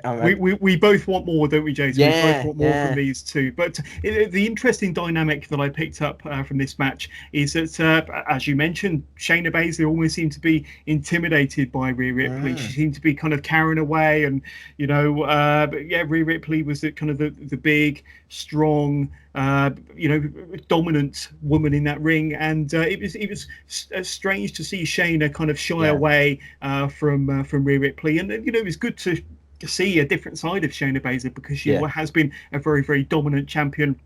Kind of bullyish, isn't she? Yeah, absolutely. And she's had a reign, to a similar degree as Asuka, really. And Asuka was a dominant champion. Shayna Baszler has been a dominant champion. So NXT certainly know how to push and to really make their women strong in that brand. But yeah, no doubt we'll see these two again, and it'll be interesting to see that fatal 4-way, whether it does turn into a 5-way, whether Ripley does get included, and what happens there. But yes, I don't think we've seen the last of these two. But that kind of sums up our NXT review. So a couple of good hours of wrestling there, not the strongest of episodes, but I think that they were used to develop maybe some of the future storylines, and of course we're going to see a lot more action and hopefully better shows next week, and certainly with the NXT show going to live on the USA Network, and we'll talk a little bit about that a bit later on. But Jason, let's have a look at WWE's next pay-per-view, Clash of Champions, which takes place this coming Sunday. So a few good matches there, but there's also some notable names not on the card. So firstly, you don't have Daniel Bryan, although he could well make an appearance in one match that we're going to be talking about a bit later on. Obviously, no Kevin Owens. He got fired by Shane McMahon on this week's SmackDown, and hints that he might be going back to NXT, which would be a nice addition as it goes live very soon. But let's talk about some of the matches. One match that will inevitably be on the kickoff show, as they always tend to be. It's the Cruiserweight Championship. It's a triple threat match between current champion Drew Gulak versus Humberto Carrillo versus Lince Dorado. So quite a kind of a Latino influence here, a bit of a high-flying element to the match, with Carrillo and Dorado, of course, being the more typical, more traditional cruiserweights, you could say, against the more grounded, mat-based Drew Gulak. So I've really enjoyed Drew Gulak as the cruiserweight champion. I would go so far as to say he's one of, if not the best cruiserweight champion the division's had. Certainly, he's a good character, and I think they've allowed him to wrestle the way he likes to wrestle, and to demonstrate his kind of rough, tough, brawling, submission-based type of wrestling, which I enjoy watching. So give us your thoughts on this match, the competitors, and who's your pick on this one? Do you think Gulak might retain, or could there be a shock new champion at the end of it? I'm not familiar with the two, if I'm honest, but I would have given this Gulak 110%. I think he's brilliant. Daniel Bryan in Ring of Honor used to be very similar in style, much more stiffer, mat-based. But Gulak, I mean, he is brilliant. I mean, his versatility, because he was the PowerPoint chap, wasn't he, with Enzo? I mean, I hadn't realised at one point that this was the same person, because he was so, such a personality, and I was like, you are such a serious wrestler and very, very good. He did the was it Progress that was on the network? Was that the 10th anniversary show? That was the Evolve. Sorry, okay. Yeah. In that match, because he fought Matt Riddle on that one, didn't he? That was an excellent match. Yeah, really hard hitting. That was brilliant. And then he had a great one with Chad Gable a little bit ago. I think he's very, very good. Interesting, you said maybe the best. Buddy Murphy would have probably been in that category as well. Yeah. I don't know who the chap is with the beard who took the belt, but I didn't rate him very well. He does a cartwheel. I know the one you're on about. No, I would say Gulak's going to keep this one. I think it would be a bad decision to take the belt off him at this point as well. Yeah, I couldn't agree anymore. I'm big fan of Drew Gulak on this show, and I think or at least I hope he's retaining. Right, the next match, the New Day versus the Revival. So this is for the SmackDown Tag Team Championship. So the Revival not long ago were the Raw Tag Team Champions. I think they're two-time Raw Tag Team Champions, but they've not really been dealt a fair hand since they've been brought up onto the main roster, possibly getting on for a couple of years now. It seems like they've been on the main roster for well over a year anyway. Against New Day. Do you mean the Revival, sorry? The Revival, yeah, not Oh, being dealt. sorry, I thought you said who hasn't been dealt a fair things coming onto the main roster. Do you mean the Revival? Sorry. Yeah, I don't think they've been given a fair shake. Okay, sorry. I thought you said New Day earlier. That's why I wasn't sure actually. Yeah, okay. so I think Scott Dawson and Dash Wilder, they've not been given a fair shake of things, in my opinion. I think in a lot of people's opinion since they've been up onto the main roster. But in saying that, they have won the belts twice over, and now they get a chance at the SmackDown Tag Team Championships against current champions, the New Day. So we all know about the New Day. I think there's not much that the New Day haven't achieved as a group, and of course they got to the WWE champion, of course, in their ranks, Kofi Kingston. But this is going to be Big E and Xavier Woods against the Revival on Sunday night. So where's your kind of your cards as far as these are concerned? What your thoughts on the two teams involved, and who do you think is going to walk out the SmackDown champions? So what I want and what I expect is going to happen are two different things in this one. Okay, yeah, and I would agree with you. The Revival have been, well, they've just had it's just been so unfair, and your heart breaks when you think these guys were amazing at NXT, and kind of remind me of the Brainbusters. They've got that kind of look and style, and yeah. So, but and actually, though you said they'd won the tag team belts twice. I mean, not very memorable. No reigns, were they? To be honest with you. And actually, and the daft thing is, when I read that this match was on, I thought to myself, oh, it's unusual to have a non-title match on a card that's called Clash of Champions, because I didn't know either were the champions, because the way they've booked the titles. Because I mean, when was the New Day on television? Because they've been hurt by Randy Orton as well, hadn't they? And then after that, the idea that the tag belts have been defended. I mean, I think that the New Day are keeping them, and I think Revival are just counting the days until they can appear on AEW. That would be my consensus. And I'm sure they've done really well. I mean, they were trying the stupid shave in the back garbage and all that type of stuff. It's just saddening, because let them wrestle and people will like them.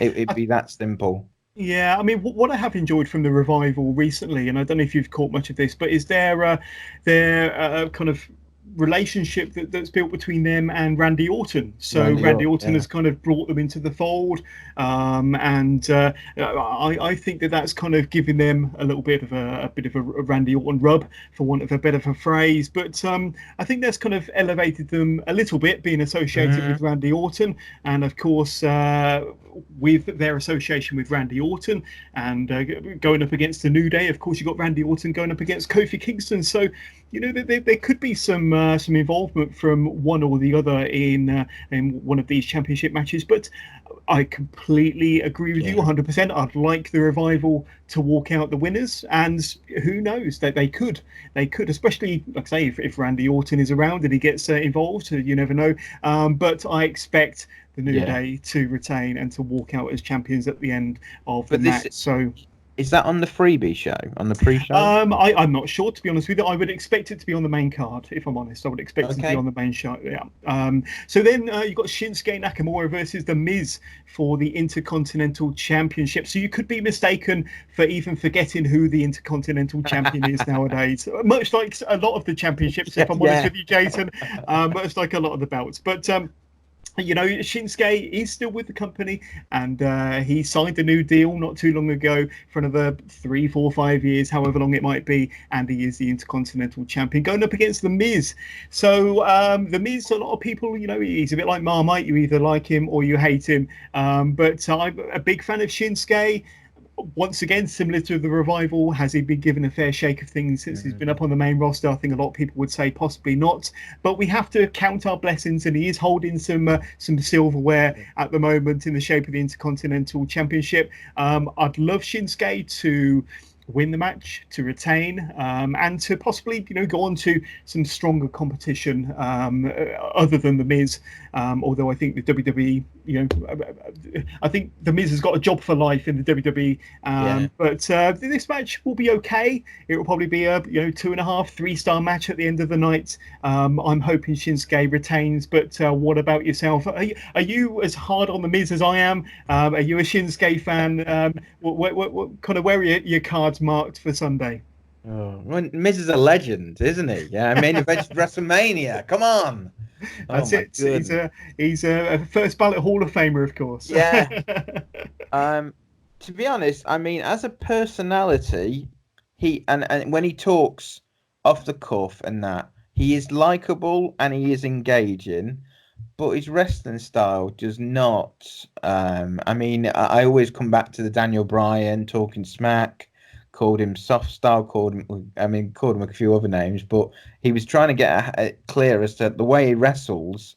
It feels not very believable in the way he does it, and it's just, it doesn't gel. I mean, I'm still not totally sold on him being a babyface. I don't know why people cheer. I'm not on that category, but yeah, the fans, well, I don't know which fans, but some do like him. His matches are better than they used to be. They're tolerable. I will watch them. He used to give me a bit of Baron Corbin-ness at sometimes. I go, oh dear. When Nakamura, I love Nakamura, but I think he's just put himself in kind of cruise control. I think he's quite content. He's done all of his hard-hitting stuff in Japan. He showed you they could do it with Sami Zayn, and then he decided that he wasn't ever going to do it again when he got to the main roster. And that's where I'm kind of at now. I did like Nakamura. I'm in the party that now is wondering about, is he overrated? I would go that far and upset some people and say, is he overrated? Because he hasn't really delivered anything from his Sami Zayn match. I think he's Sami Zayn, and he had some good matches with Samoa Joe, actually. I will say that. And Samoa Joe's not on this card, yeah. But I don't think when he got to the main roster, he seemed to tone down his style quite a bit as well. I'm disappointed that they've decided that he no longer can speak English. I think that's verging on racist. That's all I feel like on that one. But where we are now is I want him to win. I think he will keep the belt on this one, to be honest. But then somebody, I read a podcast was saying that they're trying to make the Miz win the title as much as the Intercontinental as much as Jericho. Somebody was saying that this is a thing that WWE do, and it sounds petty enough that it could be a thing. But I just don't think the Miz needs the belt, and well, if Nakamura doesn't have the belt, there'll be no reason for him to be on telly. And so very I mean, true. I want Nakamura. I'd like him to win. I would totally agree with your star rating, because sadly, because of the Miz, I don't think it would go any further than a 3-star match. I mean, he's had very few matches where I've thought, well, that was really good. Yeah, the only match that I've enjoyed of the Miz's recently or this year, you could say, is his match with Shane McMahon at WrestleMania. I thought that was good. That was one of. That was better than, yeah, it was. It was better. I think it was a pleasant surprise. I think I was going into it, not looking forward to it, and I was, But this match on Sunday, let's hope for a Shinsuke win. Let's put it that way. But Roman Reigns versus Eric Rowan. Does this match float your boat? And are you kind of surprised that Eric Rowan? This has been a bit of a long, drawn-out storyline with who attacked, who shot Mr. Burns, or who attacked Roman Reigns. No. Who shot Mr. Burns was a thought-out story that had good point. This is lost. let's make it up from 1 week to the next. Oh, it really was a bit like that, wasn't it? But this is a no disqualification match, just to kind of blow off that storyline, and hopefully we'll never hear or see anything from it again. But to Eric Rowan, he's had quite a bit of TV time. He's getting a decent push. He seems to have drifted apart from Daniel Bryan after actually attacking Daniel Bryan on SmackDown a couple of weeks ago. So they had a decent brawl on this week's SmackDown between Eric Rowan and Roman Reigns, and Eric Rowan kind of, having the upper hand in that confrontation between the two. But this might be a half entertaining match, especially with the no disqualification stipulation. So kind of where's your head at regarding Roman Reigns versus Eric Rowan? And, just to add to the drama and the storyline and the booking of this match, I'm kind of expecting Daniel Bryan to make a bit of an appearance and to possibly have a little bit of an influence on the outcome. But what about yourself? And that's what I'm hoping. I'm hoping it was all a ruse, and Daniel Bryan is the person behind all of this. I'm really hoping that. I'm really not hoping that Rowan is the genius behind it all. Because you look at it, it took weeks to solve what was going on, and then there was just an actual video of it happening. It's like, wait a minute, you had videos on scaffolding. Why don't you just use that video? And the Buddy Murphy one, he got in the story because he accidentally was in scene. That was what they said. I was like, oh my goodness. So I actually thought the promo that Rowan did was pretty good. The one where he first attacked him and revealed. I thought he was talking, because I don't know if I've heard him say more than 3 words in a row. And so it was very, very good. I mean, I'm more interested than I thought I would be when you said Roman Reigns and Rowan to me. If you gave me that on a list, I am interested in seeing it. But it can go 2 ways. He used to, Roman Reigns pulled some great mans out of Braun, didn't he, when he was doing last man standing matches and all that type of stuff. So he can work around no DQ gimmicks. He knows how to do that quite well. But I'm really hoping that Daniel Bryan gets introduced into this. If not, I mean, that just feels like a big waste of time. Unless Rowan wins, which I really can't believe that he will. I mean, and knowing this, I would believe that Roman Reigns will win, but they'll still continue the storyline. If this is typical WWE, they'll just pretend that he didn't win or something like that, and that's what I actually expect will happen. But I really want Daniel Bryan to somehow pop into this, because I don't want to see this anymore. Well, I'm predicting a Eric Rowan win. Really? Yes, and the reason why is because, as we both mentioned, I'm also expecting Daniel Bryan to make an appearance and to get involved, and I'm also expecting it to be kind of all a ruse, that Daniel Bryan was behind it after all, and that there's still a collective group, Rowan and Daniel Bryan, and that he could help or assist Eric Rowan in getting the victory, just to kind of swerve the fans and to add a little bit of a variation in this rather uneventful storyline. But that's my thoughts anyway. But what about AJ Styles versus Cedric Alexander? So they've been giving Cedric quite a few wins on TV, quite a bit of airtime. He's now involved in a bit of a feud with AJ Styles, and AJ, of course, retains or regained the US Championship over Ricochet, who is also conspicuous by his absence. He doesn't appear to be on the card as well. So AJ Styles versus Cedric Alexander. I'm expecting this to be technically a very good wrestling match, as long as there's no interference. If it's a straight wrestling match, it should be very good between two very strong, capable wrestlers. We all know that AJ Styles, of course, is one of the best in the world, and Cedric is very, very capable in his own right. Personally, I think that this is a victory for AJ Styles. I think he's going to retain his United States Championship. But could there be a shock on the cards? What do you think about this one, Jason? I don't see a shock, to be honest. I see Styles keeping it. I do think Styles he's just the best, isn't he? I mean, for saying that he's actually one of the older people on the roster, he's just brilliant. I saw him win the title in Manchester when he beat Jinder. Jinder. I mean, I can't remember who Jinder is. There we go. But I watched that, and that was fantastic. We were just behind the 2 rows from front. I really rate AJ Styles. Cedric's really good. He's still a little bit too just what's the word I'm looking for? Too goody. I want him to get a couple of rough edges. That's what I'd like him to do as part of his. He's still a face, obviously, but he just seems a bit of too. I don't know what the word I'm looking for. White meat baby face. He comes across in that sense. But no, I really rate him, and I think those two, given the time, will just have a cracking match. But I would think AJ Styles is still going to win it at the end. That would be my opinion. So let's roll two matches into one here. So you've got the Raw Tag Team Championships, and the current champions and the new champions, Seth Rollins and Braun Strowman, are going up against Robert Roode and Dolph Ziggler. So Team Rudolph, as the internet has named them. But obviously the dynamic of this match is quite interesting because you've got Seth and Braun, who are also going to be facing off against one another for Seth's Universal Championship later on in the night. So rolling these two matches and the possible scenarios into one, how do you see the tag match going, and how do you think that will kind of feed into what will almost certainly be the main event for the Universal Championship later on that evening then, Jason? I think Seth and Braun are going to keep the belts. I think that's going to be part of it. Now they're still champs, and then they still have to fight. I mean, the other argument was that they'd fall out, and that would cause them to lose the belts.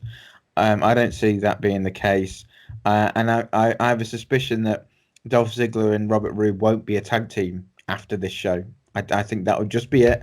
We saw them, and they never existed. That would be my take. They've got to go until at least Christmas, Jason, just to get the most out of their new tag name.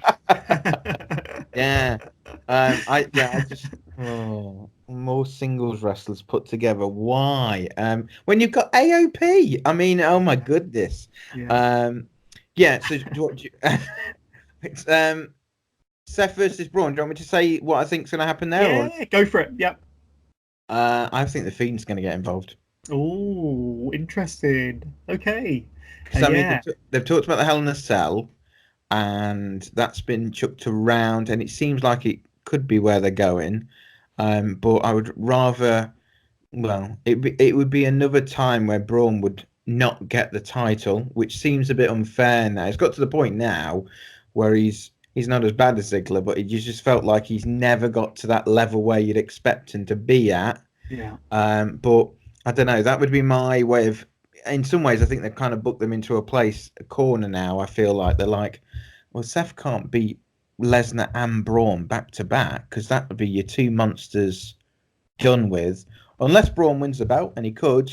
But that would be the way I would play it. The Fiend would attack both, and maybe you get a triple threat Hell in a Cell. I don't know. Oh, that's exciting, isn't it? Yeah. I mean, I agree with you. I think Seth and Braun are retaining. But I think there could be some, incident in that match that could lead to, I know Braun not being in the right place when Seth needs to make a hot tag after being, beaten down for 10 minutes and, just adding a bit of extra heat leading into their singles match later on.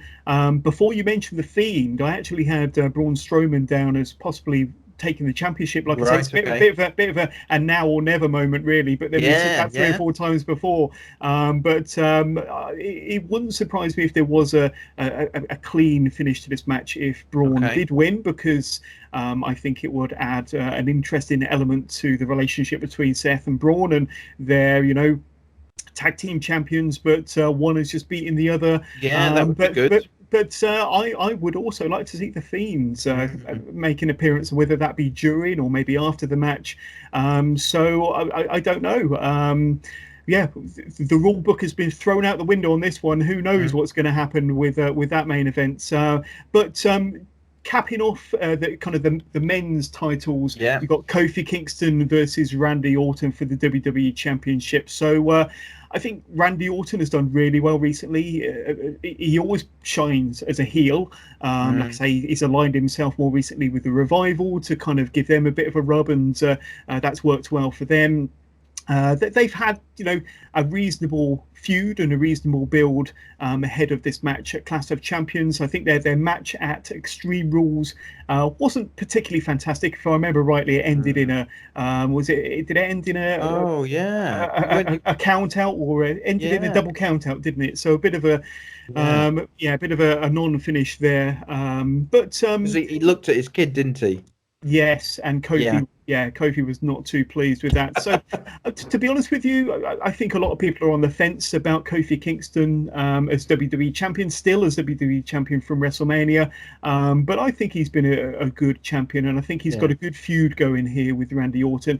Personally, as much as I hate to see Randy Orton get close to Ric Flair's record-breaking figure, although I think John Cena's already equaled it. I think Randy Orton is possibly going to win the championship on Sunday night. I think Kofi's gone as far as he can as WWE champion.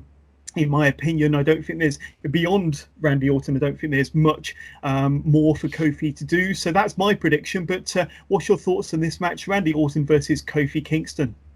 Wow, not much more for Kofi to do. Good grief. That's that's a controversial view from Johners. Okay.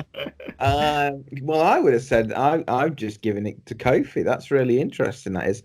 Randy Orton has a bit of a tendency, I think, very Lesnar-ish. If he's not engaged, if he's not interested, then you're going to get a really dry match. Where I think he's engaged with Kofi.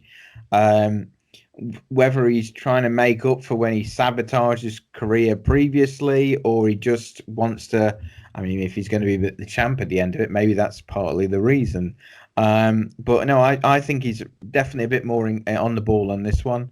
That's interesting you've said that. No, I was going to say with Kofi is he just needs people to feud with who are seen bigger stars than him, so he can beat them, and that's where he's not really had where Seth's fighting Lesnar.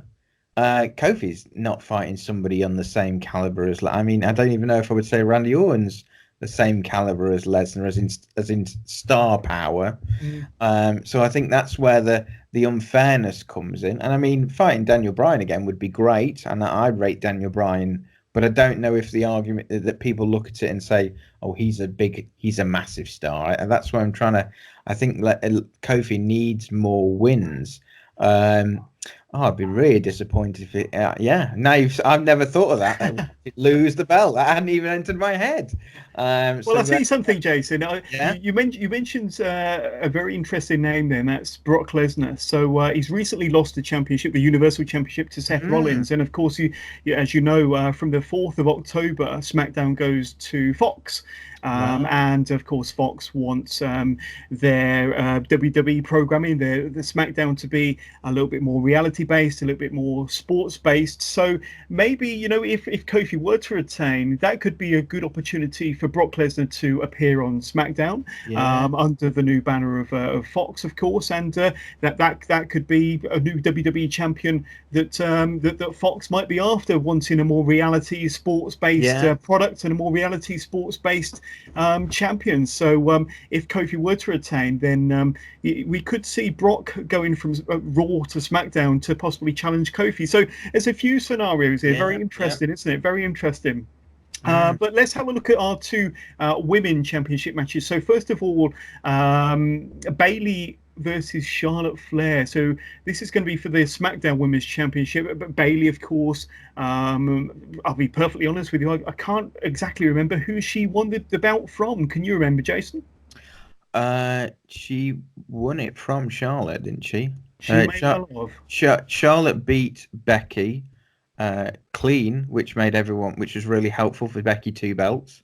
Yeah. And then she cashed in, didn't she? So that was money. That was money in the bank. They've not mentioned that. No. So, but I can be forgiven for not remembering how this all went down, because a lot of people are saying that Bayley's not had the most memorable championship run. However, in the last couple of weeks, she's turned heel. So, the interest in Bayley has skyrocketed. She's aligned herself with Sasha Banks, who we'll be talking about very shortly, and Bayley going up against Charlotte Flair. So, for quite a few months now, Charlotte Flair has been portraying this heel character. I believe, certainly my opinion, she's going to be portraying more of a babyface character on Sunday night against the new heel, the new Bayley. But what's your thoughts on this one? I think it's quite an interesting dynamic, the way the match has come about and the way that Bayley's new heel turn has recently kind of happened. So this is why I'm leaving the two women's matches till last, because I think they've had the more interesting builds going into Clash of Champions. But what about yourself? Bayley versus Charlotte Flair, Jason? I hope Charlotte doesn't play face, but then isn't it in Charlotte? Have I heard that right? You are correct. Charlotte, North Carolina. So, Yeah. yes. So I mean, she might be the hometown favorite anyway. Yeah. But I don't think Charlotte.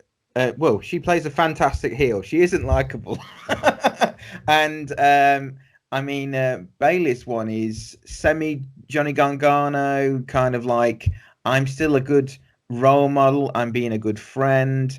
I wasn't really sure how they've been playing this really, because when she first turned, she looked sinister, and then she cut a couple of promos where she was like kind of saying, "Well, I'm being not. I'm just being a good role model," and so she was kind of pulling back. It seemed. I was dead excited with that tag match on Raw. That was the reason why I wanted to see it. The 4 horsewomen fighting tag team matches. Yeah. I mean, in one breath, I did say I was semi fed up of the women's division, but they do come across as stars now. That's the thing. When they're together, I mean, Bayley alone probably doesn't, but when they're together, it definitely feels like a big moment. It really does, yeah. Yeah. So I'm excited for it. I don't think Charlotte's going to win. I think Bayley's going to keep it, and Bayley needs to keep it really, because then this has just been a waste of time if just to give the belt back to Charlotte, even though, well, she's like the golden child, isn't she? She's the next coming, whatever they want to say. Because I mean, I was so annoyed that she got shoehorned into the main event at WrestleMania, because I just wanted to see Ronda against Becky. That's where we were going, and there is so much focus on her. I mean, even to the point where the Trish Stratus match was pushed more than the two tag team title, two women's titles matches. Yeah. So I could see them giving her the belt. It would be a daft decision. I think it'd be really good. I won't jump to my next situation. What I believe is going to happen in the next match. I think Bayley should keep it. That would be where I would go next. That's what I think. Yeah, I'm inclined to agree with you there. I think that with the effort that's been put in over the last couple of weeks with the Bayley heel turn, I think that it will be a good opportunity to capitalise on that, capitalise on Bayley's new momentum and keep the gold on her. Interesting. And like you say, with Charlotte being the hometown girl on Sunday night, so she's going to get a warm reception and possibly have the babyface reaction, I'm sure. Once again, interesting dynamic, and this has been one of the more interesting storylines going into this Sunday show anyway, in my opinion. But possibly that the match that's really got me hooked and really got me intrigued and will definitely, hopefully, keep me awake to see this main event in the wee hours of Monday morning is Becky Lynch versus Sasha Banks. So the reason why I'm interested in this match more than many of the others is because of the recent return of Sasha Banks. Blue hair as well, and she looks great. She's definitely come back with lots of heat and lots of chair shots to everybody and anybody. And I think that this is the match that's caught a lot of people's attention. Definitely, Becky Lynch is going to be on the cover of this year's WWE video game alongside Roman Reigns. So she's obviously, one of the top stars of the WWE at the moment. And like I say, she's kept the Raw Women's Championship since winning it at WrestleMania, of course. So she's been a good champion. She's had some rough matches, let's be honest, against Lacey Evans, and but I am definitely intrigued by this match and by these two individuals. I think it's going to be a good match. I'm not sure where it's going to end or how it's going to end, to be honest with you. Like I say, Sasha Banks has got all of the momentum, having recently come back. Becky Lynch. Interesting. I don't know. Jason, where's your thoughts on this one? I mean, this is a match I've left till last because it's the match that I'm most interested in. But what about yourself? I'd agree with you on that one. It is the one I'm most interested in. And this is where I was going back to the previous match. I think Banks is going to win. I think you're going to have both of them with the titles. I think that'll look pretty cool. I think Banks coming back felt, because I like Ronda Rousey as well, but I felt like we haven't had. She came back and felt like a big star. That's what, and I felt like, we have been missing you. I mean, you really, it did feel like something was missing. I think the next time, if Ronda Rousey comes back, that'll be the only one I could put in that group that brings that kind of attraction and wanting to see wrestle. Because Sasha Banks is great. And she, again, unlike Becky, I would say, she's probably a bit more consistent, actually, in some of her matches. Becky sadly been a bit hit and miss at times. Not her fault, carrying around Lacey Evans, flipping heck, and then having to tag with Seth Rollins, which didn't really help her, and that type of thing. So I'm looking forward to it. I think Sasha's going to win. I think she can lean more into the boss personality. Some of the stuff she used to do in NXT, her matches with Bayley were probably the best women's matches I'd seen at that point, and I think they still hold up now, actually. And so I think actually putting the belt on her when she's a serious heel will be very, very good for her. And then at the end of the day, the chase is where it's at, isn't it? Becky chasing the title was way more exciting than her being the champ. Very true. Yeah, I mean that. I had this T-shirt printed of because I'd seen it online. Somebody had got where Becky was all bloodied up from the punch from Nia Jax because she just looked like such a badass at that point. And then they really kept on sadly doing stuff to take away some of this. I mean, I'm glad that she'd got onto the computer game and that, but she's lost some of the momentum. But I think feuding with Sasha, hopefully, I think we can jump then to what I'm trying to think what the next Survivor Series it would be. I think probably she'd win the belt from her back from her Survivor Series. That would be the way I would play this. Good point. Yeah. Good point.